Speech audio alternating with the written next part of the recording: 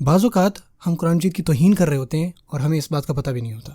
मिसाल के तौर पे हम कोई आयत पढ़ते हैं जिसमें ऊँट का जिक्र है कि किस तरह अल्लाह ने उसको बनाया, या फिर इंसान को कैसे बनाया एक नुत्फ़े से, ठीक है ना, नुत्फ़ा मिन मनीयिन, या फिर अल्लाह ताला और किसी भी नेचुरल फिनोमेनन की बात करते हैं कुरान मजीद में, तो हम क्या करते हैं, हाँ देखें साइंटिफिक मिरेकल है ये क्या बात है भला। यह गलत है भाई।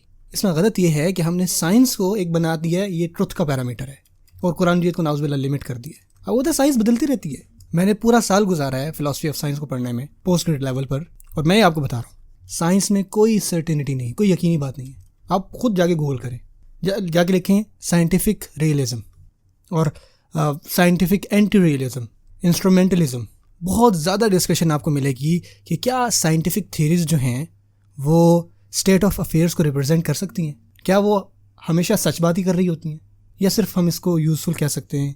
और उनमें से वो सारे इस बात पे एग्री करते हैं कि अगर आप ये बात भी कह दें कि साइंस सच है तो फिर भी इसमें तब्दीली की जा सकती है, हमेशा कुछ ना कुछ नया आता जाएगा।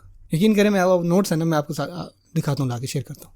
हमारे यहाँ कुछ ऑनलाइन बहुत अक्लमंद लोग हैं, हमारे पास बहुत अक्लमंद ना, यानी वो स्केप्टिक ट्रेडिशन वाले और एग्रेसिव एथियस्ट जो हैं, तो उनके दरमियान क्या है, साइंस जो है कोई वही है, मतलब ये जो साइंस बात करेगी सच है। साइंस बदल रही है, चाहे वो कोई वर्केबल थ्योरी हो, चाहे बेशक इसको बहुत दफ़ा टेस्ट किया गया हो, फिर भी बदलती है। आप साइंस की हिस्ट्री पढ़ेंगे तो आपको पता लगेगा जितने भी वर्केबल थ्योरीज हैं वो भी बदल रही हैं। मिसाल के तौर पे एक बहुत मशहूर थ्योरी है फ्लोगिस्टोन की।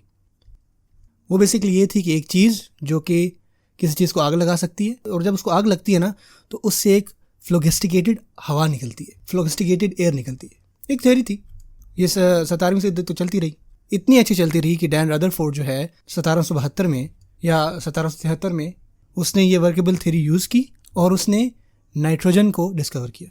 लेकिन कुछ अरसे बाद क्या हुआ, उन्होंने इसको फ्लोगिस्टोन को रिजेक्ट कर दिया, क्योंकि उनको रियलाइज़ हुआ कि अब तो वो थ्योरी काम ही नहीं कर रही। तो इससे हमें ये पता लगता है कि आप एक फॉल्स थ्योरी से एक ट्रुथ निकाल सकते हैं, यही तो बात है। और वो चीज़ें जो एक वक्त में काम कर रही थी आगे जाके नहीं करेंगी, ठीक है ना, ऐसा हो रहा है साइंस में।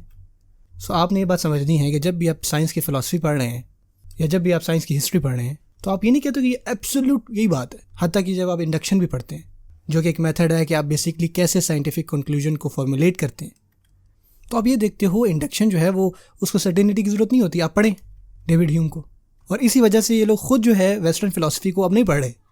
आप डेविड ह्यूम को गूगल करें, वो ये कहता है कि आपके पास हमेशा एक महदूद मुशाहिदे रहेंगे, तो आप उसे आम हुक्म कैसे अखज़ करेंगे, क्योंकि आपके पास एक और मुशाहिदा है जो पुरानी बात की नफ़ी कर रहा है। और ये चीज़ हम कॉस्मोलॉजी में देख रहे हैं।